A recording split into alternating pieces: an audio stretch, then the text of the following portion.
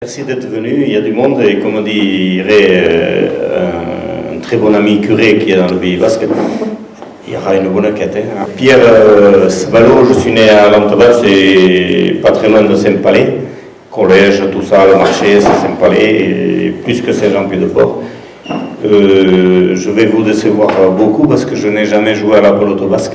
Parce que dans mon village, il y avait un fronton, un vieux qui s'est un peu écroulé et je viens plutôt du monde du rugby. Et je joue un peu à Saint-Palais-Monin, bon, petitement, mais longtemps. Ça présente un avantage, c'est que comme on n'est pas du milieu, on est obligé d'analyser. Et comme ça, on arrive à des conclusions. Et je signale Thierry Jacob qui a fait un article remarquable dans Sud-Ouest, et lui c'est pareil, il arrive, je ne sais pas, au Moselle ou je ne sais pas où là-bas, il connaissait que dalle, il a bien analysé le sujet et il a produit un article qui, moi, est un article de référence. Je l'en ai déjà remercié, ça va. Alors, par contre, mes faits d'armes, c'est quand même, j'ai compté, je me suis fait peur, entre la Ligue du Pays Basque et la Fédération Française de pelote basque, j'y ai passé 27 ans quand même. Et j'étais surtout, comme disaient les Espagnols, fédérativo. Donc j'ai travaillé dans ces arcanes. Alors, moi j'ai essayé de faire une étude de la pelote, des jeux de balle ou pelote. Alors là aussi, un petit distinguo au départ, parce que la balle c'est quelque chose qui a été rempli, y compris en tennis, parce que c'est rempli d'air, mais c'est rempli de quelque chose. La pelote c'est une pelote, quoi. Et alors il y a 30 ans encore, au Pays Basque, vous utilisez le mot balle au lieu de pelote, on veut fusiller sur la place publique contre le mur du fronton. Maintenant, c'est admis, balle-pelote. Et les Belges, il y a longtemps qu'ils ont résolu le problème, parce qu'eux, on va le voir un peu plus loin, ils ont un jeu de balle-pelote. Comme quoi, on dit du mal des Belges, mais parfois, il n'y a pas de Belges dans la salle. Bon, alors, évidemment, en introduction, ce n'est pas le plus important. Il y a quelqu'un qui arrive, il y a des places devant, monsieur le président. Lui, il va oser, les autres, ils n'ont pas osé. Guy, là, pour ceux qui ne le connaissaient pas, l'éminent président Yakinsa et avec ses adjoints, j'ai vu un barbu là. Le financier. C'est trésorier. Le financier, oui. Évidemment, pour rentrer dans le monde de la pelote basque, il faut représenter aussi la main nue, les deux types de schistera. Il y a 2 fois le grand, c'est une erreur, et surtout les filles qui jouent. Ça, je reviendrai là-dessus. Alors là, c'est quand on parle de Pays Basque, on parle de jambon, on parle automatiquement. Les gens qui viennent de loin, ils veulent voir la pelote, même s'ils ont une image très très déformée du petit Basque, le béret et la baguette de pain. Je rigole, mais Gistera sous le bras. Mais après, quand ils viennent ici, ils se rendent compte. Ça, c'est la couverture du livre de Blasi, 1929, qui est la Bible, qui, au jour d'aujourd'hui, bien sûr, il y a longtemps qu'il est épuisé. Ils l'ont réédité, mais mal réédité, et trop cher surtout. Et Blasi, ce qu'il a écrit en 1929, il n'avait aucun moyen d'aller en Pays Basque, est véritable et vrai, encore vrai à 90%. Et tout ce qu'ils ont écrit après, ont pompé Blasi, quoi. Moi, je n'ai pas pompé, je m'en suis fortement inspiré. Je me suis... Et une petite anecdote que j'ai découverte il n'y a pas longtemps. Blasi, on ne sait pas trop ce qu'il est devenu. Est-ce que c'est le docteur Blasi ou non? Non, il était abbé. Non, c'est pas bien. Et alors, en fait, quand les Allemands sont arrivés à Ussari, il était curé de la paroisse, et il n'a pas supporté l'évasion des chars, et il s'est pendu au clocher de l'église d'Ussari, en 1940 ou 41, voilà.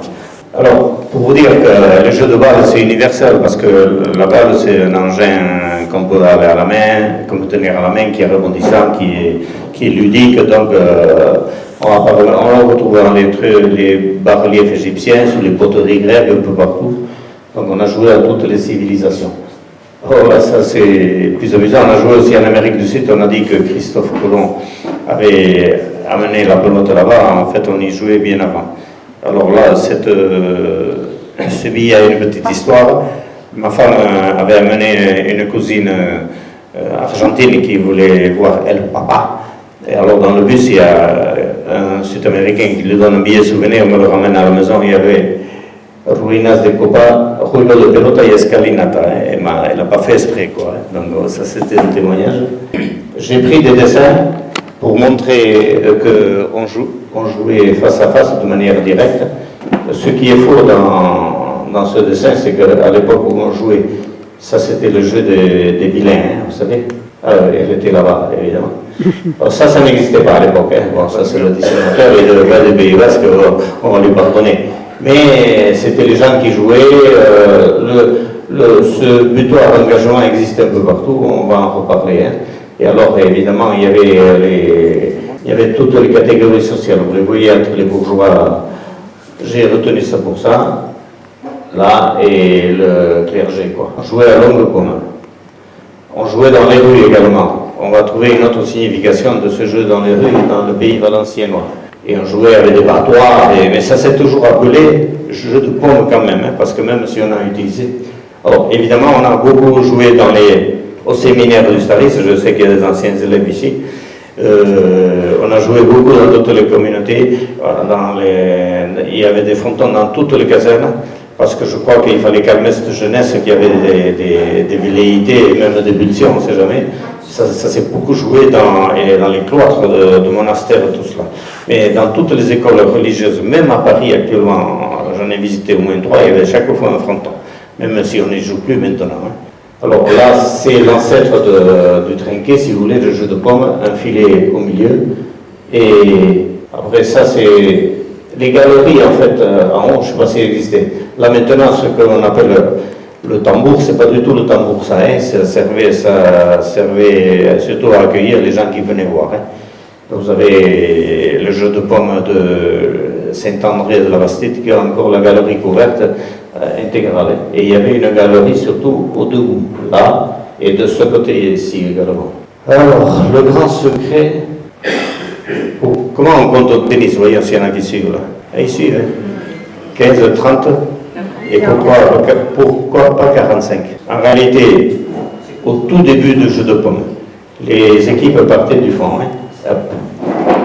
Partaient du fond, une équipe là, une équipe là. Ils marquaient un point, ils avançaient de 15 pas, comptaient 80 cm. Ensuite de 15 pas. Et ensuite de 10 pas, ils arrivaient à la ligne médiane. Et ensuite, il fallait envahir le camp Guaindito, on dit en basque. Le camp adverse. C'était issu des guerres de petits seigneurs, de petits châteaux. Tout ça. Alors, les deux équipes pouvaient avancer. Hein. Alors, elles pouvaient se trouver à égalité. Vous savez, tennis, c'est égalité. On dit avantage. À l'origine du jeu de pommes, eh bien, les deux équipes étant là, reculaient à 30.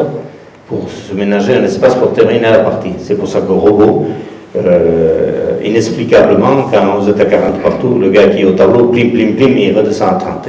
Ça signifie qu'à une époque, il reculait pour pouvoir jouer. Donc là, vous avez le grand secret, la boule de basket, pourquoi, de là, du jeu de pommes, pourquoi on comptait 30 au-dessus d'ailleurs. Alors, pour dire que dans la tradition funéraire basque, quand même, on met des outils de forgeron, des tisserands et tout cela. Pour dire que les joueurs de pelote, quand même, avaient un certain rang social. On trouve à Banca et à Garis deux figures. Vous les voyez quand même. Voilà. Et voilà. Donc en 1784, c'était quelque chose qui était 1629, quelque chose qui était reconnu, parce qu'on le faisait figurer sur des stèles discrétales, parce que pourtant on y faisait figurer que des choses nobles, quoi. Pas des jeux vains et inutiles comme on dit chez nous. Alors là, c'était Asquin, c'était les restes d'un jeu de pommes. Là, vous avez les gants de cuir, vous avez les sandales blanches, la chemise blanche, les bretelles. Alors, je ne sais pas, c'est pas l'hôtel du Trinquet, ils m'ont dit que c'est qui a gardé l'arrière-cour aussi avec la ferme. C'est l'Aralde? Je ne sais pas où c'est ça. C'est l'Aralde, oui. Oui, je ne connais pas. Je n'ai pas réussi. Bon, j'ai eu une photo dans l'autre sens. D'accord. Je n'ai pas cherché plus que ça, mais pour vous donner l'allure de l'époque, quoi. Et puis, ils jouaient surtout avec des ballons, qu'on appelait des estuffes ou des dœufs. Et c'est justement ce caractère de ballon qui faisait qu'on pouvait jouer. À côté de ça, quand il y avait une partie célèbre, vous voyez, ça c'était le fronton, vous le reconnaissez, et on ramassait du monde quand même. Et après, il y avait tous les taxis de l'époque là qui étaient là, entourés. Voilà. Alors ça, c'est la première photo qu'on ait c'est l'hôtel du Chêne à Itzassoul. Il y avait le mur de refil là derrière, Ils en ont conservé un petit bout encore.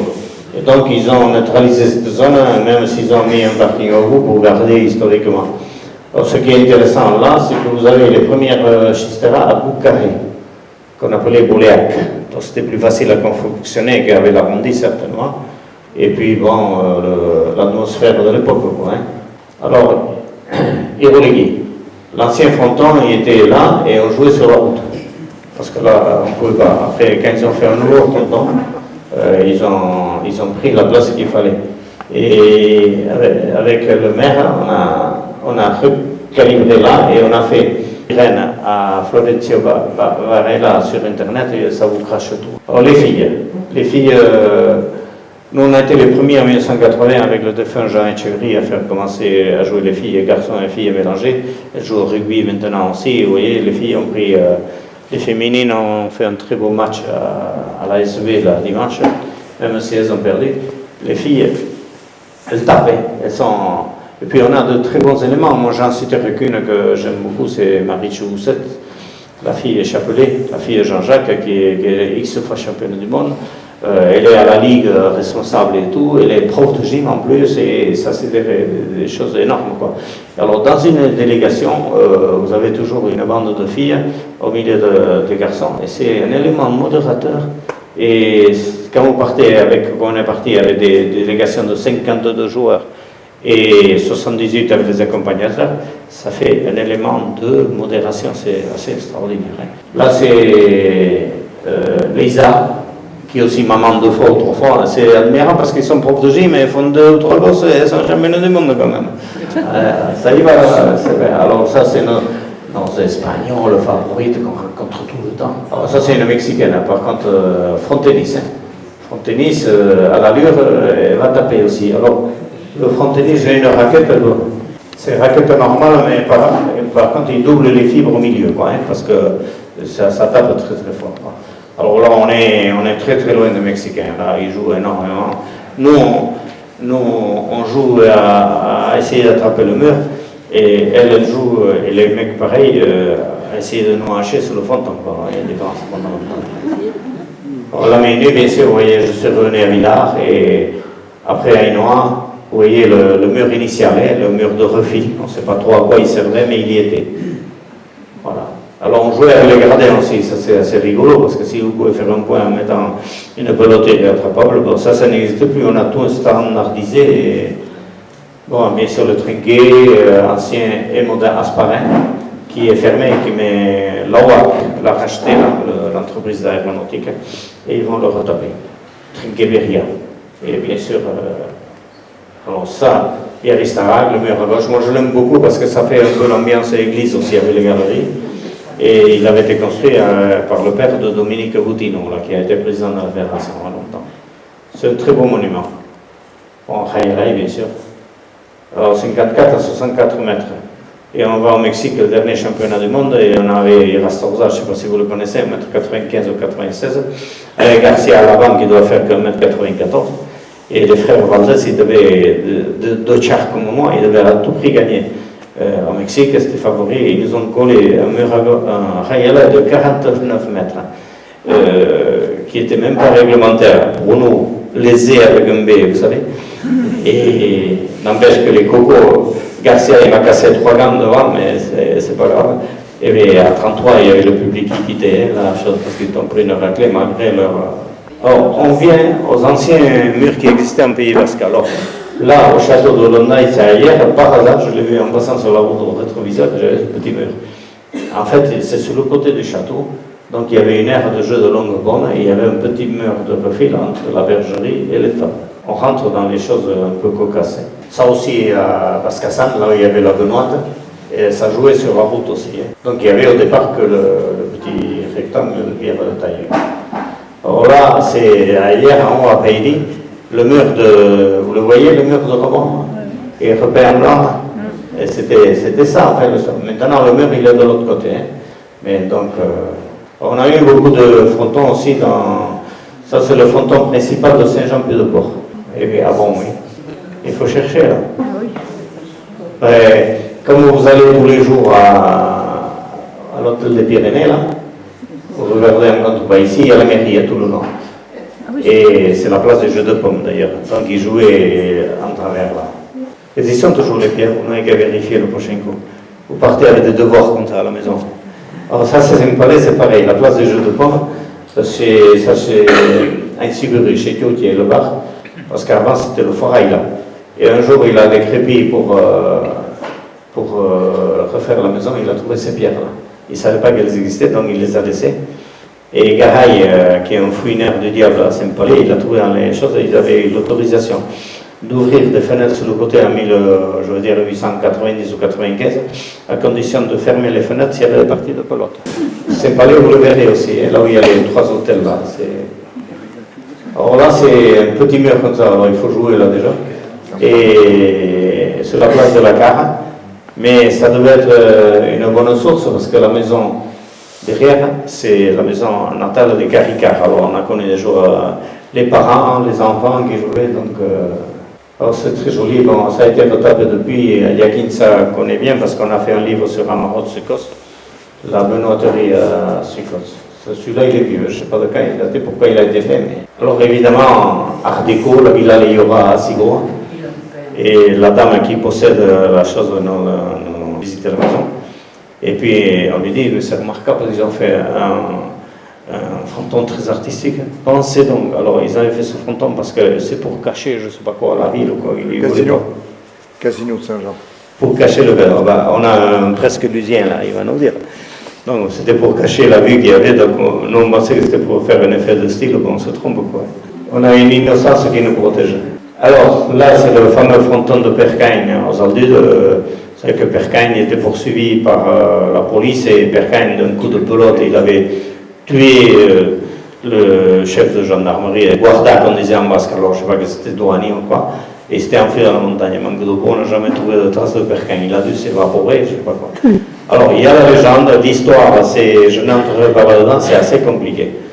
Pour moi, Percagne a existé, mais pas la partie de légende. La pierre est intéressante, qui est en basque, est jouée comme il faut.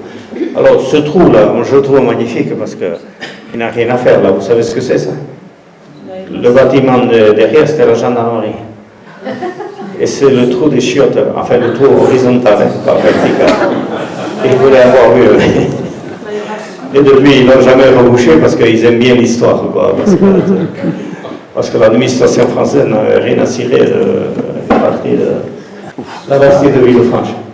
Il faut bien faire un fronton que vous avez le donjon, alors ils ont, comme ils disent là-bas, ils sont présents là, ils ont habité le fronton contre la plus belle, vous avez là, ça ne donne pas, mais vous allez au musée basque, vous avez un très très beau tableau de Colin, parti de Bologne sur les remparts de Fontarabie. Et les rouges sont beaucoup plus lumineux sur le tableau. Alors vous voyez le jeu avec les gants face à face, ça c'est partie de la Shoah. On a marqué pelote, mais enfin, moi j'aime beaucoup ce tableau-là. Parmi les pilotes à cholo, là, ce que j'ai retrouvé là, j'en ai quelques-uns là, qu'on rachète, bon. Celui-là, il est épuisé. Là, il y en a quelques-uns encore à petit prix, 1 euro. Allez, pour la route, ça j'avais fait force basque. Celui-là, il est épuisé. Ça, c'est les années de mon enfance. J'en ai quelques-uns qui sont soldés à 5 euros parce que l'éditeur m'a fait une erreur de marge, je crois. Donc, si vous en voulez, vous qui avez à peu près mon âge, vous allez vous reconnaître. Vous allez dire, mais c'était pareil chez moi. Après, je vais rentrer dans un domaine que j'ai ajouté. Chiquito a-t-il lancé des grenades? Alors, je vais vous indiquer le processus. Chiquito de Cambo, bon, tout le monde connaît. Et Éric Maillard-Ancin, qui a écrit sur la guerre de 14-18, il a publié un livre que j'aime beaucoup, là, Les oubliés du chemin des dames, entre autres. Et il habite par le chemin. Un jour, il vient me voir avec une photo. Il me dit, qu'est-ce que t'en passes? Alors lui, il avait la problématique. Alors, lui, il avait récupéré cette photo qui venait d'Allemagne, puis qu'on a récupérée depuis encore une fois. Voilà. J'en ai une meilleure, mais elle est suffisante.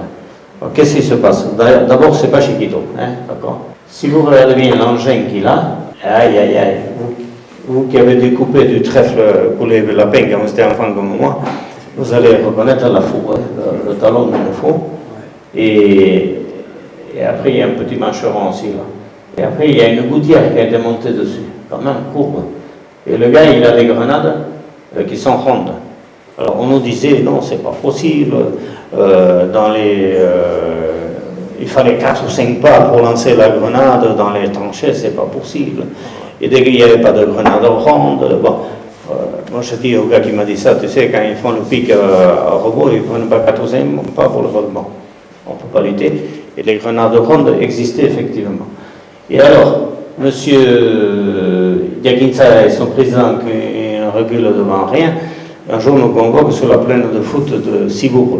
Alors, et on les voit si c'était possible. Alors ils prennent Miura, qui est un ancien joueur de Grand Gant, qui a bien plus de 70 ans. Non, mais il a 68 ans maintenant. Il est jeune, un petit À jeune. l'époque, il avait 65 ans. Il était champion de France quand Non, même. mais quand on a fait les essais, Il avait 65 ans. 65 ans. Alors, il prend la boule de pétanque pour simuler, nous on était sur le terrain, mais on s'est écarté parce qu'au premier coup il est arrivé à l'autre bout du terrain. Alors là on a démontré que c'était possible, que c'était utile tout cela. Et donc après, Diakinsa avait des traces d'un témoignage de quelqu'un d'Asperin qui après était Bordeaux, je ne sais pas quoi, et finalement ça vient d'atterrir normalement ces jours-ci, le témoignage, c'est vous qui l'avez trouvé ou...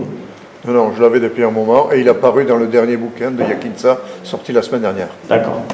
Alors maintenant, ce qu'on sait, c'est que le concept de Chistera a été utilisé, que Chiquito a lancé et qu'ils avaient des grenades. Alors apparemment c'était une boule, il y avait une petite ficelle à tirer, voilà, et on mettait et on a lancé. Donc on est à peu près sûr aujourd'hui que Chiquito a effectivement lancé des grenades, mais il est revenu couvert de médailles comme un général russe.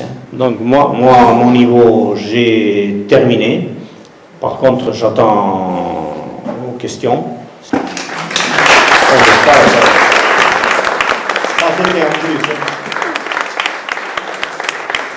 Qu'est-ce qui vous a étonné là? Qu'est-ce qui vous a manqué? Certainement, vous avez des... Dis-moi, des sonars. Ah, c'était pour te gratter la tête que tu as levé à... Pour moi, la photo d'Asquin, ce n'était pas des taxis, c'était la clientèle anglaise. Parce que l'hôtel Etchola recevait beaucoup d'anglais et tous ces chics véhicules. Enfin, mais... Ça devait être des taxis quand même. Oui, oui, parce que les Anglais ne venaient pas avec leur voiture. Alors, il y a des taxis de la côte, parce que... Oui, parce que à cette époque-là, de venir de l'Angleterre jusque-là en voiture... Une conférence à Asquin, comme ça, il y avait deux anciens joueurs de polo, Linda et Oyampo, je ne sais pas qui étaient là. Oyanto. Ils m'ont pris 20 minutes à la fin, c'était fantastique, parce qu'ils racontaient leurs histoires et tout cela.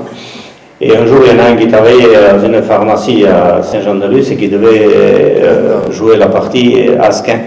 Et il avait raconté que son patron l'avait envoyé à Bordeaux chercher des ravitaillements qu'il ne pouvait pas jouer. En réalité, il était coincé à Vera de Bidassoa parce qu'il avait été chercher Paqueta, vous imaginez. Et Paqueta n'était pas à l'heure, et ils avaient joué au mousse, ils avaient mangé, tout ça, il était arrivé après la partie. Et les gens, ils avaient dit au patron de la pharmacie, tu es gonflé d'avoir envoyé ton employé chercher des médicaments le jour où il y a la partie, et cela. C'est comme ça que ça s'est dévoilé, quoi. Quand on vous raconte des histoires comme ça. En face de l'église, oui. Et alors, il y a un des deux aussi qui avait été... un des deux, je sais pas, oui, je crois, qui avait été joué, je sais pas où, à l'intérieur du Pays Basque, qui était crevé, ils avaient fait la fête et tout ça. Et il était arrivé à Amos, on n'est pas loin ici, et il y avait le pont à l'époque, il y est toujours d'ailleurs, et il s'était avec le vélo, il s'était mis contre le pont, et il s'était endormi comme ça. Et il sent... Top, top, top, on le réveillait, c'était les Allemands qui l'avaient réveillé parce qu'il était lui, il s'était endormi de fatigue, quoi. L'histoire, je ne sais pas si elle est vraie, en tout cas elle est jolie. Hein. Ouais, voilà. Après, quand vous voulez, parce que sinon je rentre à la maison, moi. Tu as parlé tout à l'heure de les gradins qui avaient un certain fronton. Je ne sais pas si l'histoire est à Cibourg, ça arrive à Pierre-Loti. En but, on essaie de faire buter de façon à ce que le joueur doit monter sur les gradins et pour frapper. Ah, bien sûr. Alors les gens doivent s'échapper. Ils ont l'habitude. Pierre-Loti, il était devant, il n'a pas l'habitude. Il n'a pas bougé, il s'est pris. Il a pris la claque. La claque et KO par terre. Il n'a pas raconté ça. Je ne les trouve pas.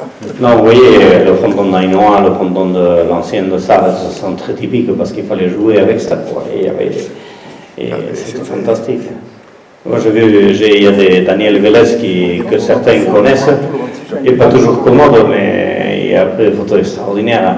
Même à Asparin, une pelote croisée de Montouveria qui rentre dans le truc, dans la foule, mais vous avez tous les gens écartés. Il valait mieux, hein, parce qu'avec la claque qu'ils auraient mise, vous n'avez la poigne qu'ils avaient. Ah, vous n'avez plus de tête. La plus marrante tête ni au-delà. Non, mais bon. Mais maintenant, on a fait des frontons, les bords sont trop éloignés, sont manchots, un jeu standardisé, quoi. Et il y a une coupe qui s'appelle le championnat Union Basque, c'est l'ancien championnat des patronages, même si ça n'a plus grand-chose. Jérémy Esponda a été longtemps, avant qu'il ait des années de santé, président de l'Union Basque. Et eux, ils essaient de jouer dans des anciens frontons comme ça, pour revenir, c'est un peu la coupe des clochers, quoi. C'est très intéressant parce qu'on va à des endroits où on ne joue pas habituellement, quoi. Voilà. Mais est-ce qu'au départ, c'était un peu fait pour les enfants, parce qu'ils ne sont pas très hauts au départ, enfin la hauteur non, moi, pour moi, ces gradins qui ont été ajoutés, surajoutés, tout ça, c'est de la gestion de l'espace, on manque un peu d'espace comme ça. Non, mais le fronton lui-même... Non. Les frontons, c'est sûr qu'on a une très grosse zone d'ombre. Il y a des murs qui avaient 2 mètres de hauteur, quoi, comme partout ici. Et tout ça, il y avait un mur. Et ils jouaient, normalement, on dit qu'ils ne jouaient pas contre ces murs, parce qu'ils servaient qu'à l'engagement, au rebond, le refil, quoi. Mais quand même, il y en a beaucoup. Et si on construit un fronton en historique, comme celui-ci, 24, ils devaient l'utiliser. Alors peut-être qu'avec les patates qu'ils avaient, ils jouaient un peu comme ça. Mais on les a surlevés quand vraiment ça donnait envie de jouer, quoi. La pelote, ça devenait intéressant parce que ça rebondissait, quoi. Mais beaucoup de frontons ont gardé le rectangle, quoi, de pierre. Et il y a, dans les grands villages, il y a les gens qui jouent en bas qui ont transporté un modèle. Alors dans les pilotages, c'est intéressant. Je vous dis qu'ils étaient à la limite de 2 entités. En haut de Saint-Zubi, à Rotsate, vous avez la ligne frontière qui fait le trait de milieu de pilotage solo. Et au milieu du trait de milieu, vous avez la borne frontière. Et ils jouent avec la borne frontière de 2 côtés. Là. Et c'était un no man's land. Et dans nos recherches, on en avait un qui obéissait pas à cette règle, c'était Saint-Zubi, puis Lotegui.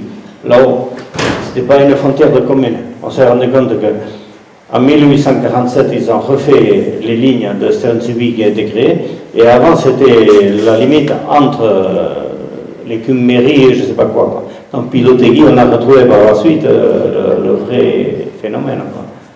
Mais il n'y avait pas d'argent en jeu, ça c'est toujours très étonnant. Alors, il y a autre chose aussi, les pilotages solo qui étaient toujours sur les hauteurs à un quart d'heure, 20 minutes du centre. Et c'est une dame de Ratsu qui nous avait raconté ça. Et alors, les gars, ils allaient jouer, et elle, après les vêpres, elles allaient en courant, et vite, et s'asseyaient au fond. Et ces garçons, ils n'en finissaient pas de jouer, ils ne s'intéressaient jamais à elle. Et il fallait rentrer, parce qu'il fallait rentrer avant l'Angélus, c'est un sacré problème.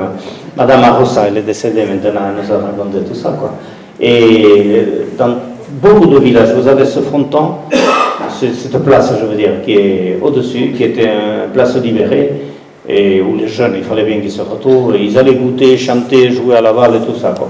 Et ça, on a, avec Yakesh Casabon, on est un peu les inventeurs de ça, parce que c'est le terme moderne, inventeur, les découvreurs, quoi. Parce qu'on a mis ça en évidence, et pour ceux qui n'ont pas le livre, vous pouvez être tranquille, c'est le meilleur, parce que c'est le seul sur le thème. Alors, non, mais on s'est réglé.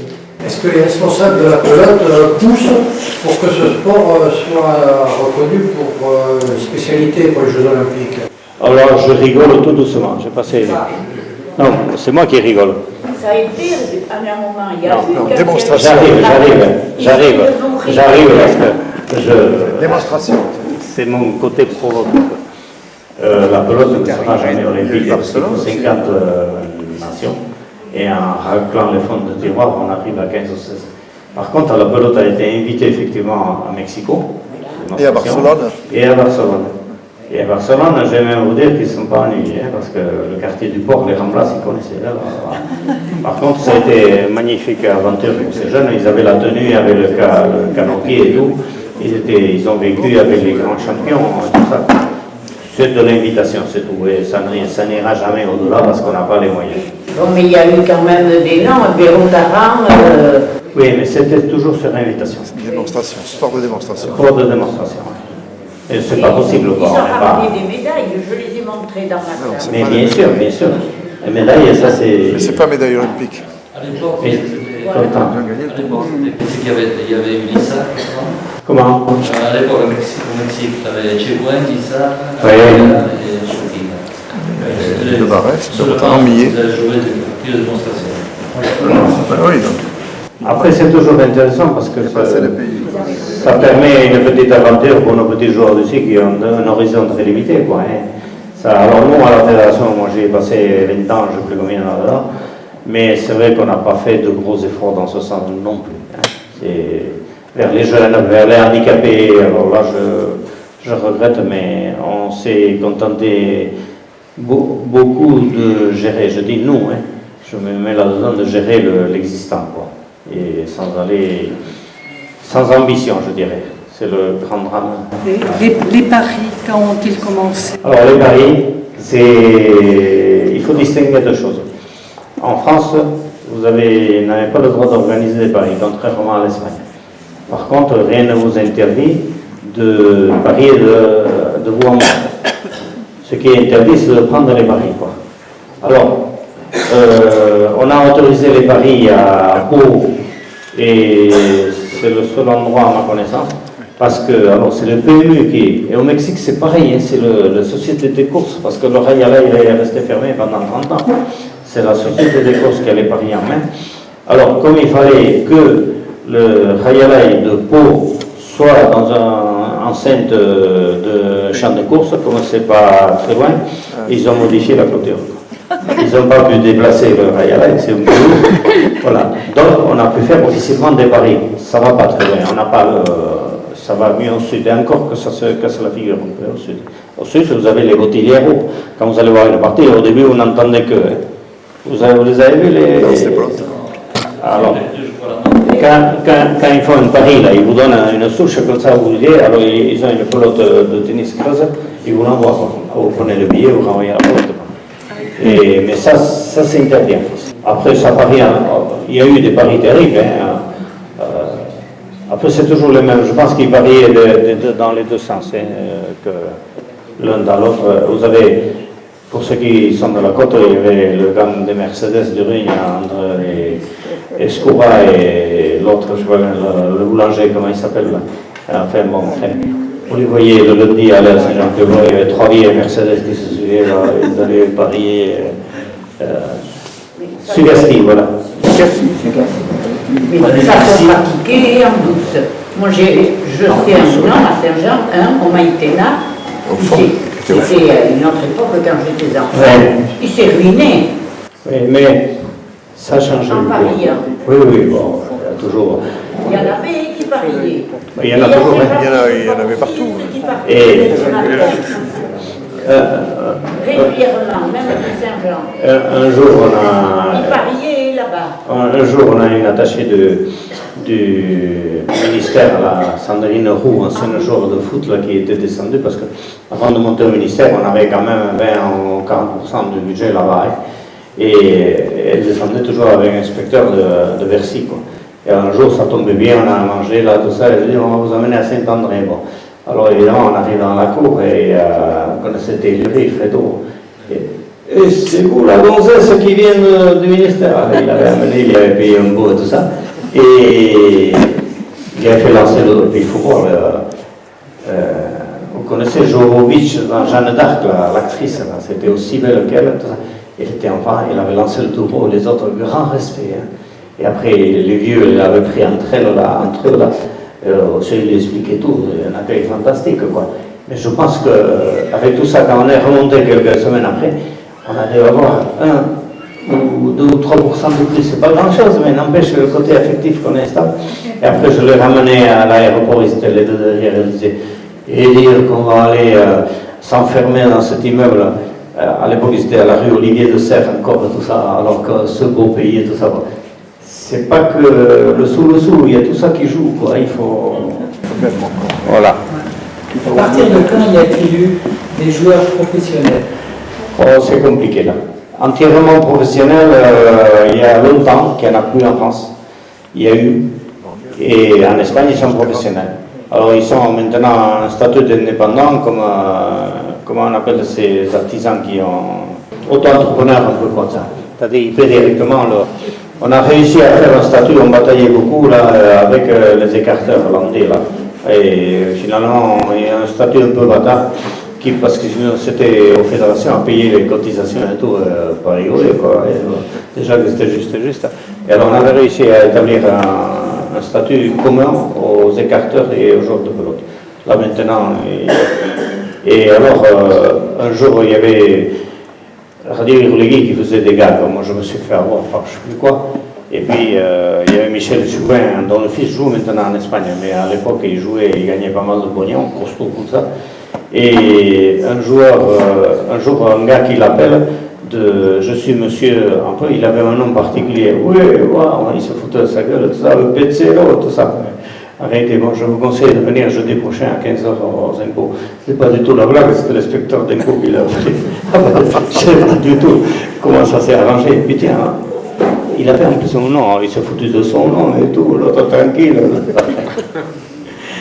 Voilà. Non, ici il n'y a pas assez d'argent, c'est comme non, les paris ne rentrent pas dans le. Non, à partir du moment. Oui, à partir du moment où on ne collecte pas les paris, on ne peut pas taxer. Non, ici il n'y a pas assez d'argent. Quand vous avez. Et même ils ont du mal au sud, parce que heureusement qu'il y a Oursanté les publicités sur les murs, sinon ils seraient. Voilà. Et même à la fédération, on a 4 ou 5 sponsors qui sont fidèles. Ici, c'est 4 à 30 ou c'est 4 à 20, comme il y a de force.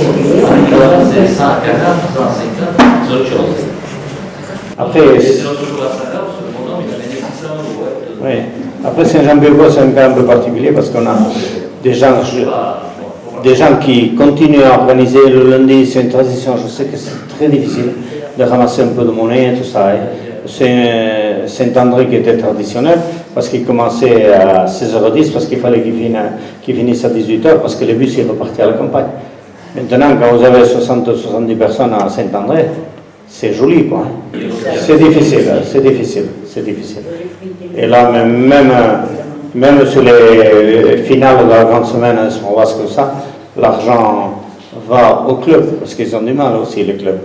Après, est-ce que le club peut un repas donner une enveloppe, ça, on ne va pas le savoir. Non, on ne vit pas aujourd'hui de la pelote. Et si j'ai parlé de Marichou, de Oussette, j'ai oublié son nom, oui.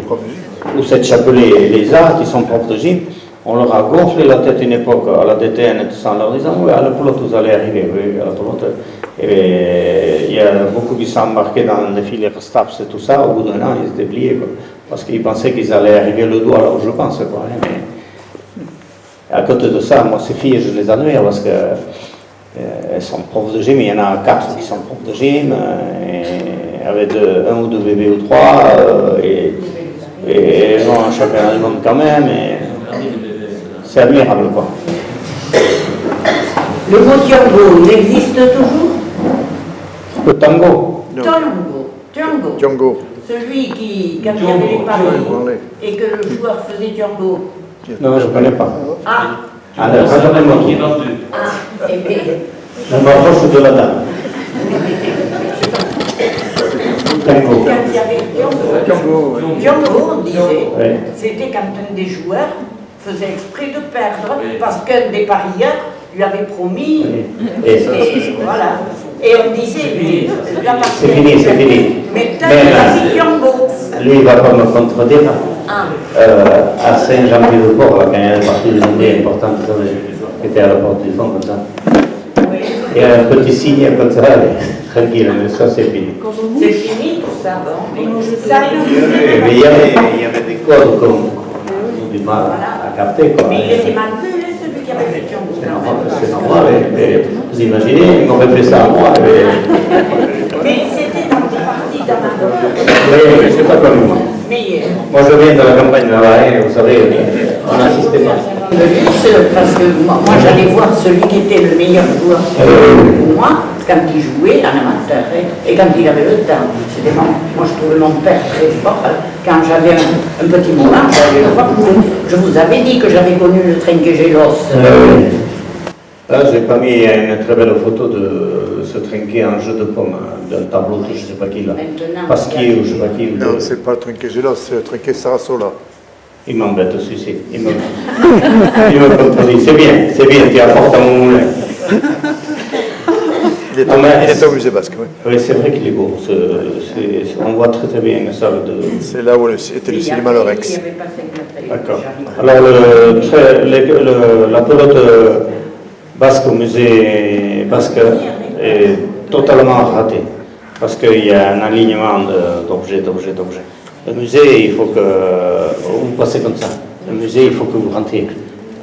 Pour ceux qui ne connaissent pas, celui de Saint-Pé, c'est pas bien si vous ne le connaissez pas. Et vous pouvez y passer du temps. Parce qu'il est fait différemment dans un autre esprit, avec une Madame Chevalier, là, une architecte muséographe. Et il n'y a pas beaucoup d'espace, mais si vous passez un peu de temps, prenez 1 heure, 1 heure et demie, il est intéressant. Et regardez surtout les vidéos, il y a des choses rigolotes. Je ne vous ai pas raconté, pardon. Première coupe féminine à Guédaril de femme Michel Chemendet qui avait organisé ça. Et il y avait une Régine qui jouait ici à Pala. Elle avait gagné la coupe. Et personne n'avait entendu parler intervenir à Saint-Pé. Et puis croise le notaire qui n'était pas Fagoraga à l'époque, on dirait son nom. Et qui lui dit, mais t'as pas gagné une coupe, oui, comme ça. Non. Alors, elle racontait dans la vidéo là, au musée, oui, on a gagné la coupe, on l'a mis au fond de sac et on l'est rentré à la maison parce que c'était pratiquement honteux. Et je racontais à quelqu'un tout à l'heure, on était à Bilbao avec, en 82, comme ça, on avait fait une démonstration avec les féminines et tout ça. Il y avait un type qui était au fond avec ça, un foutu de mégot de cigares qui puait, il crachait comme ça. Los hombres a la pelota, las mujeres a la cocina.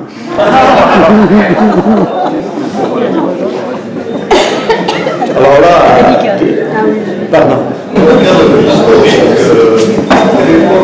La fédération. Attends, là. La fédération. En 1900, grosso modo 22-24. Et alors là, bon, Ivar Negaray qui n'avait pas fait que de bonnes choses, mais.